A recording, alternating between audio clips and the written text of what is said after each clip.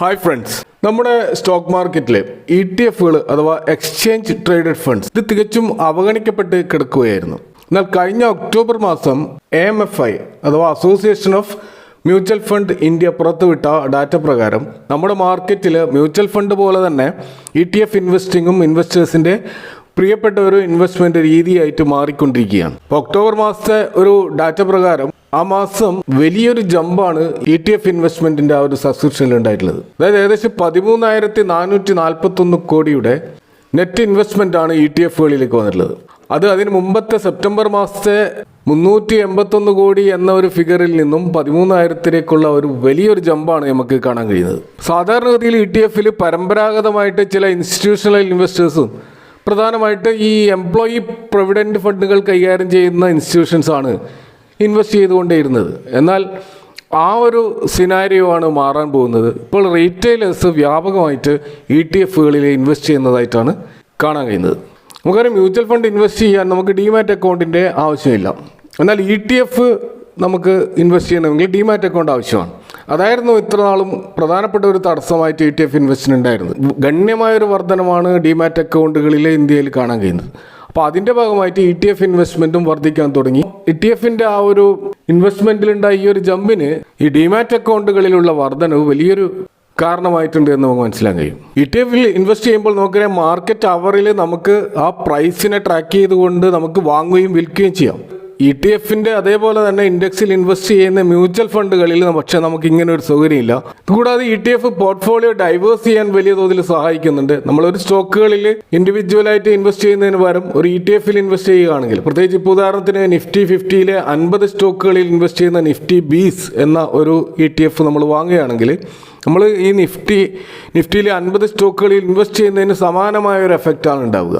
അപ്പോൾ അങ്ങനെ നമ്മുടെ പോർട്ട്ഫോളിയോ വലിയ തോതിൽ ഡൈവേഴ്സ് ചെയ്യപ്പെടുന്നുണ്ട് എന്ന് നമുക്ക് മനസ്സിലാക്കാൻ കഴിയും. മറ്റൊരു കാര്യം, ആദ്യമൊക്കെ Nifty 50 അതുപോലെ Nifty Next 50 ഗോൾഡ് ETF വളരെ ചുരുക്കം ചില ഇൻഡെക്സുകളിൽ മാത്രമേ നമുക്ക് ഇൻവെസ്റ്റ് ചെയ്യാൻ അവസരം ഉണ്ടായിരുന്നുള്ളൂ. എന്നാൽ അത് ഇപ്പോൾ മാറുകയാണ്. വലിയ തോതിൽ പുതിയ ETFകൾ വന്നുകൊണ്ടിരിക്കുകയാണ്. ഇൻഡെക്സുകളും പുതിയതായിട്ട് ആഡ് ചെയ്യപ്പെട്ടുകൊണ്ടിരിക്കുകയാണ്. ഇപ്പോൾ തീം ബേസ്ഡ് ഇൻഡെക്സുകളുണ്ട്, സ്ട്രാറ്റജിക് ഇൻഡെക്സുകളുണ്ട്. ഇപ്പോൾ ഉദാഹരണത്തിന് നമുക്കറിയാം, മൊമെൻറ്റം ലോ വോളറ്റിലിറ്റി ഇൻഡെക്സുകൾ, അതുപോലെ സിൽവർ ETFകൾ, PSU ബാങ്കുകളിൽ മാത്രം ഇൻവെസ്റ്റ് ചെയ്യുന്ന ETFകൾ, അതുപോലെ തന്നെ പല AMCകളും ഈ ഫീൽഡിലേക്ക് വന്നുകൊണ്ടേയിരിക്കുകയാണ്. നമുക്കറിയാം, ആദ്യമൊക്കെ നിപ്പോൺ ഇന്ത്യ ആയിരുന്നു ETF ഒരു മാർക്കറ്റ് ലീഡിംഗ് പൊസിഷനിലുണ്ടായിരുന്നത്. ഇപ്പോൾ ഇന്ത്യയിലെ എല്ലാ ലീഡിംഗ് AMCകളും അവരുടെ ETF ഇറക്കിക്കൊണ്ടേയിരിക്കുകയാണ്. അപ്പോൾ ETF ഇൻവെസ്റ്റ് ചെയ്യുമ്പോൾ മറ്റൊരു പ്രധാനപ്പെട്ട അഡ്വാൻറ്റേജ് എന്താ വെച്ചാൽ, അവിടെ എക്സ്പെൻസ് റേഷ്യോ വളരെ കുറവാണ്. ഇത് ആക്റ്റീവായിട്ട് ഫണ്ട് മാനേജർ മാനേജ് ചെയ്യാത്തത് കൊണ്ട് തന്നെ, ഇവിടെ ഫണ്ട് മാനേജർക്ക് വലിയ ജോലിയൊന്നും ഇല്ലാത്തതുകൊണ്ട് എക്സ്പെൻസ് റേഷ്യോ വളരെ കുറവാണ്. അവർ ഇൻഡെക്സിനെ കോപ്പി ചെയ്യുക മാത്രമാണ് ചെയ്യുന്നത്. ഇവിടെ യാതൊരുവിധ എഫേർട്ടും ഫണ്ട് മാനേജർ ഇടുന്നില്ല എന്നുള്ളതാണ് യാഥാർത്ഥ്യം. ETF ഇൻവെസ്റ്റ് ചെയ്യുമ്പോൾ നമ്മൾ പല വീഡിയോയിലും പറഞ്ഞതുപോലെ 3 പ്രധാനപ്പെട്ട കാര്യങ്ങൾ നമ്മൾ ശ്രദ്ധിക്കേണ്ടതുണ്ട്. ഒന്ന്, ട്രാക്കിംഗ് എററാണ്. ഉദാഹരണത്തിന് Nifty BEES എന്ന ETF Nifty 50 സ്റ്റോക്കുകളെ ട്രാക്ക് ചെയ്യുന്ന ETF ആണ്. അപ്പോൾ നമുക്കറിയാം, Nifty 50-ലെ സ്റ്റോക്കുകളുടെ 6 മാസം കൂടുമ്പോൾ അത് റീബാലൻസ് ചെയ്യാറുണ്ട്. അപ്പോൾ റീബാലൻസ് ചെയ്യുമ്പോൾ അതുകൂടാതെ വെയിറ്റേജിലും വ്യത്യാസങ്ങൾ വരാറുണ്ട്. അപ്പോൾ അതിന് ആനുപാതികമായിട്ട് ഈ ETF കമ്പനികൾ അതേപോലെ തന്നെ ചേഞ്ചസ് അവരുടെ പോർട്ട്ഫോളിയോയിലും വരുത്തേണ്ടതുണ്ട്. അങ്ങനെ ചെയ്യാതിരിക്കുമ്പോഴാണ് അവിടെ ട്രാക്കിംഗ് എറർ ഉണ്ടാകുന്നത്. ഉദാഹരണത്തിന് റിലയൻസിലെ Nifty 50-ൽ 9% വെയിറ്റേജ് ഉണ്ട്. അപ്പോൾ ആ ഒരു വെയിറ്റേജ് Nifty 50 ഇൻഡെക്സിൽ ഇൻവെസ്റ്റ് ചെയ്യുന്ന ETF അതേപോലെ തന്നെ അതിനും നൽകേണ്ടതുണ്ട്. ഇത്തരത്തിൽ നൽകാതിരിക്കുമ്പോഴാണ് ട്രാക്കിംഗ് എററുകൾ വരുന്നത് എന്നാണ് നമ്മൾ ചുരുക്കത്തിൽ മനസ്സിലാക്കേണ്ടത്. മറ്റൊരു പ്രധാനപ്പെട്ട കാര്യം നമ്മൾ ശ്രദ്ധിക്കേണ്ടത്, ഏതൊരു ETF അതിൻ്റെ പിന്നിൽ ഒരു അണ്ടർലൈങ് അസറ്റ് ഉണ്ട്. ആ അണ്ടർലൈങ് അസറ്റിന് ഒരു NAV ഉണ്ടാവും, നെറ്റ് അസറ്റ് വാല്യൂ. ആ വാല്യൂ ആയിരിക്കണം ട്രേഡ് പ്രൈസ്. എന്നാൽ ട്രേഡ് പ്രൈസ് അതിനേക്കാൾ കൂടുമ്പോൾ തീർച്ചയായിട്ടും നമ്മൾ അത് എക്സ്പെൻസീവായി എന്ന് മനസ്സിലാക്കണം. ആ സമയത്ത് നമ്മൾ അത് വിൽക്കുകയോ അല്ലെങ്കിൽ പൊസിഷൻ സൈസ് ചെയ്യുകയോ ചെയ്യേണ്ടതുണ്ട്. അതുപോലെ ആ സമയത്ത് നമ്മൾ കൂടുതലായിട്ട് വാങ്ങുന്നതും ഒഴിവാക്കേണ്ടതുണ്ട്. അപ്പോൾ NAVയും ട്രേഡ് പ്രൈസും ഒരേപോലെ സഞ്ചരിക്കുന്നതായിട്ട് നമുക്ക് കാണേണ്ടതുണ്ട്. അതുകൂടാതെ മറ്റൊരു പ്രധാനപ്പെട്ട കാര്യമാണ് ലിക്വിഡിറ്റി. നമ്മൾ വാങ്ങാൻ ശ്രമിക്കുമ്പോൾ മാർക്കറ്റിൽ അത് വിൽക്കാൻ ആളുകളുണ്ടാവണം, അതുപോലെ വിൽക്കാൻ ശ്രമിക്കുമ്പോൾ വാങ്ങാനും ആളുണ്ടാവണം. ആ രീതിയിലുള്ള വലിയൊരു വോളിയം അതിലുണ്ടായിരിക്കണം. അപ്പോൾ ഇതൊക്കെയാണ് പ്രധാനമായിട്ട് ETF വാങ്ങുമ്പോൾ ശ്രദ്ധിക്കേണ്ട കാര്യങ്ങൾ. ഇനി നമുക്ക് നിഫ്റ്റി കഴിഞ്ഞ മാസങ്ങളിൽ നമുക്കറിയാം വലിയ തോതിൽ കറക്റ്റ് ചെയ്ത ഒരു മാസമാണ്. ഇപ്പോഴും അതിൻ്റെ കറക്ഷൻ മോഡ് പൂർണ്ണമായിട്ടും റിക്കവർ ചെയ്ത് നമുക്ക് പറയാൻ കഴിയില്ല. അപ്പോൾ ഈ ഒരു സന്ദർഭത്തിൽ പല ETF-കളും ഇതേപോലെ കറക്റ്റ് ചെയ്തിട്ടുണ്ട്. അത്തരത്തിലുള്ള 5 ETF-കളെ കുറിച്ചാണ് ഇവിടെ സംസാരിക്കുന്നത്. R4iയിലേക്ക് എല്ലാവർക്കും ഒരിക്കൽ കൂടി സ്വാഗതം.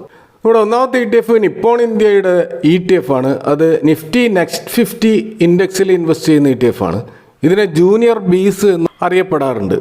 ഇതിൻ്റെ കറണ്ട് മാർക്കറ്റ് പ്രൈസ് എന്ന് പറയുന്നത് 726 കഴിഞ്ഞ ഒരു മാസം ഒരു -4% ഒരു നെഗറ്റീവ് റിട്ടേൺ ആണ് നമുക്ക് ഇതിൽ കാണാൻ കഴിയുക. അപ്പോൾ ഈ നെക്സ്റ്റ് 50ൽ 50 സ്റ്റോക്കുകളാണുള്ളത്. ഈ 50 സ്റ്റോക്കുകളിലും ഈ ETF ഇൻവെസ്റ്റ് ചെയ്യുന്നുണ്ട്. ഇവരുടെ ടോപ്പ് ഹോൾഡിംഗ് നമ്മൾ നോക്കുകയാണെങ്കിൽ HAL, Vedanta, Divi's Lab, Tata Power, InterGlobe Aviation തുടങ്ങിയുള്ള സ്റ്റോക്കുകളാണ് നമുക്ക് കാണാൻ കഴിയുക. 3 മാസത്തെ ഒരു ആവറേജ് വോളിയം നോക്കുകയാണെങ്കിൽ 2,80,000 മുകളിൽ വോളിയം നമ്മൾക്ക് ഈ സ്റ്റോക്കിൽ ആവറേജ് വോളിയം ഡെയിലി കാണാൻ കഴിയും. അപ്പോൾ അതുകൊണ്ട് തന്നെ വോളിയത്തിൽ യാതൊരു പ്രശ്നവുമില്ല. അതുപോലെ എക്സ്പെൻസ് റേഷ്യോ 0.17 ആണ്. കാറ്റഗറി എക്സ്പെൻസ് റേഷ്യോ 0.26 ആണ്. അവിടെയും നമ്മൾ യാതൊരു പ്രശ്നവുമില്ല. അതുപോലെ ട്രാക്കിംഗ് എറർ 0.08 മാത്രമാണ്. കാറ്റഗറി ട്രാക്കിംഗ് എറർ 0.14 ആണ്. അപ്പോൾ അവിടെയും ഒരു പ്രശ്നം നോക്കുകയാണെങ്കിൽ അതുപോലെ കഴിഞ്ഞ ഒരു വർഷം ഈ ഫണ്ട് നൽകിയ റിട്ടേൺ എന്ന് പറയുന്നത് 46.6% ആണ്. കാറ്റഗറി റിട്ടേൺ ആവറേജ് 28.2 ആണ്. അപ്പോൾ കാറ്റഗറി ആവറേജിനേക്കാൾ നല്ല റിട്ടേൺ ആണ് ഈ ഒരു ETF നൽകിയിട്ടുള്ളത്. അതുപോലെ ഇതിൻ്റെ അസറ്റ് അണ്ടർ മാനേജ്മെൻറ്റ് നമുക്ക് 5,698 കോടിയാണെന്ന് കാണാം. അപ്പോൾ വലിയൊരു AUM നമുക്ക് ഇതിൻ്റെ പിന്നിലുണ്ട്. അപ്പോൾ എല്ലാം കൊണ്ടും നല്ലൊരു ETF ആയിട്ട് ഇത് കാണാൻ കഴിയും. അതുകൂടാതെ ഇപ്പോൾ ഇത് 4% ഒരു ഡിസ്കൗണ്ടഡ് പ്രൈസിലാണ് അവൈലബിൾ ആയിട്ടുള്ളത് എന്നുകൂടി ഇതിൻ്റെ ഒരു സാധ്യത വർദ്ധിപ്പിക്കുന്നുണ്ട്. രണ്ടാമത്തെ ഒരു ETF CPSE ETF ആണ്. ഇതും നിപ്പോൺ ഇന്ത്യയുടെ ഒരു ETF ആണ്. സെൻട്രൽ പബ്ലിക് സെക്ടർ എന്റർപ്രൈസസിൻ്റെ ഒരു ETF ആണിത്. PSU കമ്പനികളുടെ ഒരു ETF. ഇതിൻ്റെ കറണ്ട് മാർക്കറ്റ് പ്രൈസ് 89 രൂപയാണ്. കഴിഞ്ഞ ഒരു മാസം 3.4% ഒരു ഇടിവിലാണ് നമുക്ക് കാണാൻ കഴിയുക. ഇതിൽ 11 PSU സ്റ്റോക്കുകളാണ് ഉള്ളത്. ടോപ്പ് ഹോൾഡിംഗ് നമ്മൾ നോക്കുകയാണെങ്കിൽ NTPC ഉണ്ട്, പവർ ഗ്രിഡ് കോർപ്പറേഷൻ ഉണ്ട്, ONGC ഉണ്ട്, കോൾ ഇന്ത്യ, ഭാരത് ഇലക്ട്രോണിക്സ് പോലെയുള്ള ലീഡിംഗ് സ്റ്റോക്കുകൾ നമുക്ക് ഇതിൽ കാണാൻ കഴിയും. 3 മാസം ആവറേജ് വോളിയം നോക്കുകയാണെങ്കിൽ 36,60,500 മുകളിൽ ട്രേഡിംഗ് വോളിയം കാണിക്കുന്ന നല്ല വോളിയമുള്ളൊരു ETF ആണിത്. എക്സ്പെൻസ് റേഷ്യോ 0.07 മാത്രമാണ്. അത് കാറ്റഗറിനേക്കാൾ ബെറ്ററാണ്. അതേപോലെ ട്രാക്കിംഗ് എററും 0.08 ആണ്. അതും കാറ്റഗറിയേക്കാൾ ബെറ്ററാണ്. ഒരു വർഷത്തെ റിട്ടേൺ 56.8 ആണ്. കാറ്റഗറി റിട്ടേൺ 50 ആണ്. അതുപോലെ AUM 44,000 കോടിയുള്ള AUM ഉണ്ട്. ഇപ്പം എല്ലാം കൊണ്ടും നല്ലൊരു ETF ആണ് CPSE ETF എന്ന് നമുക്ക് മനസ്സിലാക്കാം. ഇതും ഇപ്പോൾ ഡിസ്കൗണ്ടഡ് പ്രൈസിലാണ് അവൈലബിൾ ആയിട്ടുള്ളത്. അടുത്തൊരു ETF HDFC Nifty small cap 250 ETF ആണ്. ഇതിൻ്റെ കറണ്ട് പ്രൈസ് 170 രൂപയാണ്. 3.51% നെഗറ്റീവ് റിട്ടേൺ ആണ് കഴിഞ്ഞ ഒരു മാസം ഇത് നൽകിയത്. ആ ഒരു ഇടിവ് നമുക്ക് ETF-ൽ കാണാൻ കഴിയും. ഇതിൽ 250 സ്മോൾ ക്യാപ് സ്റ്റോക്കുകളാണുള്ളത്. അതായത് നിഫ്റ്റിയിലെ ടോപ്പ് 250 സ്റ്റോക്കുകൾ കഴിഞ്ഞിട്ടുള്ള 250 സ്റ്റോക്കുകളെയാണ് നമ്മൾ സ്മോൾ ക്യാപ് സ്റ്റോക്കുകൾ എന്ന് പറയുന്നത്. അപ്പോൾ അതിലുള്ള ടോപ്പ് 5 ഹോൾഡിംഗ് ആയിട്ട് നമുക്ക് കാണാൻ കഴിയുക MCX, അതുപോലെ CDSL, അതുപോലെ Glenmark Pharma, Crompton Greaves, Blue Star പോലെയുള്ള സ്റ്റോക്കുകൾ ഈ 250 സ്റ്റോക്കുകളിലുണ്ട്. 3 മാസം ആവറേജ് വോളിയം നോക്കുകയാണെങ്കിൽ 6,28,000 മുകളിൽ ആവറേജ് വോളിയം ഇത് കാണിക്കുന്നുണ്ട്. എക്സ്പെൻസ് റേഷ്യോ 0.20 ആണ്. കാറ്റഗറിയേക്കാൾ കുറവാണ്.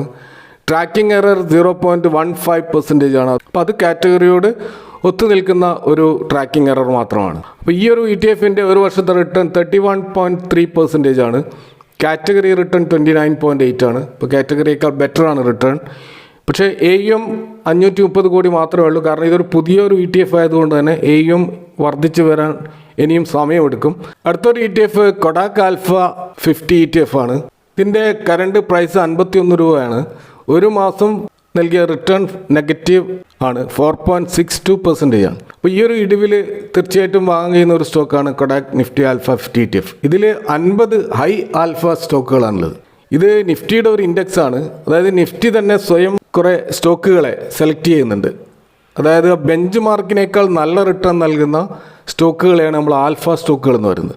അത്തരത്തിലുള്ള 50 സ്റ്റോക്കുകളുടെ ഒരു കൂട്ടമാണിത്. ഇതിൻ്റെ ടോപ്പ് 5 ഹോൾഡിംഗ് നമ്മൾ നോക്കുകയാണെങ്കിൽ RVNL ഉണ്ട്, ഇനോക്സ് വിൻഡ് ഉണ്ട്, ട്രെൻഡ് ഉണ്ട്, കൊച്ചിൻ ഷിപ്പ് യാർഡ് ഉണ്ട്, ഓയിൽ ഇന്ത്യ ഉണ്ട്. ഇത് കൂടാതെ മറ്റ് 45ഓളം സ്റ്റോക്കുകൾ വേറെ നമുക്ക് കാണാൻ കഴിയും. 3 മാസത്തെ ആവറേജ് വോളിയം നോക്കുകയാണെങ്കിൽ 13 ലക്ഷത്തിന് മുകളിൽ ഉള്ള ഒരു വോളിയം കാണാൻ കഴിയും. എക്സ്പെൻസ് റേഷ്യോ 0.30 ആണ്. കാറ്റഗറി എക്സ്പെൻസ് റേഷ്യോയേക്കാൾ കുറച്ച് അധികമാണ് ഇതിൻ്റെ എക്സ്പെൻസ് റേഷ്യോ എന്ന് നമ്മൾ മനസ്സിലാക്കുക. ട്രാക്കിംഗ് എറർ 0.51 ആണ്. കാറ്റഗറിയേക്കാൾ കൂടുതലാണ് ട്രാക്കിംഗ് എറർ. പക്ഷേ ഈ ഫണ്ടിൻ്റെ ആ ഒരു വോളിയം ട്രേഡ് നോക്കുകയാണെങ്കിൽ ഇപ്പോൾ ഈ ഒരു ട്രാക്കിംഗ് എററും എക്സ്പെൻസ് റേഷ്യോ നമുക്ക് വലിയൊരു ഇഷ്യൂ ആയിട്ട് കാണേണ്ടതില്ല എന്നാണ് മനസ്സിലാക്കാൻ കഴിയുന്നത്. കഴിഞ്ഞ ഒരു വർഷത്തെ റിട്ടേൺ 40%, കാറ്റഗറി റിട്ടേൺ 28%. കാറ്റഗറിയേക്കാൾ നല്ല റിട്ടേൺ ഇത് നൽകിയിട്ടുണ്ട്. ഇതിൻ്റെ ഒരു AUM താരതമ്യേന പുതിയൊരു ഫണ്ടായതുകൊണ്ട് 340 crores ഒരു AUM മാത്രമേ നമുക്കിവിടെ കാണാൻ കഴിയുള്ളൂ. ഇവിടെ അഞ്ചാമത്തെ ETF ICICI Prudential Nifty 200 Momentum 30 ETF ആണ്. അപ്പോൾ ഇത് നിഫ്റ്റിയുടെ ഒരു ഇൻഡെക്സ് ആണ്. മൊമെൻറ്റം 30 ഇൻഡെക്സ് എന്ന് പറയുന്നത് ഹൈ മൊമെൻറ്റം കാണിക്കുന്ന സ്റ്റോക്കുകളുടെ ഒരു കൂട്ടമാണ്. ഇതിൻ്റെ കറണ്ട് മാർക്കറ്റ് പ്രൈസ് 34 രൂപയാണ്. 4.74% ഒരു ഇടിവിലാണ് ഇപ്പോൾ ഈ ഒരു ETF ഉള്ളത്. 30 സ്റ്റോക്കുകളാണ് ഇതിലുള്ളത്. ടോപ്പ് ഹോൾഡിംഗ് നമ്മൾ നോക്കുകയാണെങ്കിൽ ട്രെൻഡ് ഉണ്ട്, ഭാരതി എയർടെൽ ഉണ്ട്, NTPC ഉണ്ട്, ബജാജ് ഓട്ടോ ഉണ്ട്, അദാനി പോർട്സ് ഉണ്ട്. 3 മാസത്തെ ആവറേജ് വോളിയം നോക്കുകയാണെങ്കിൽ 20 ലക്ഷത്തിന് മുകളിൽ വോളിയം കാണിക്കുന്ന ഒരു ETF ആണിത്.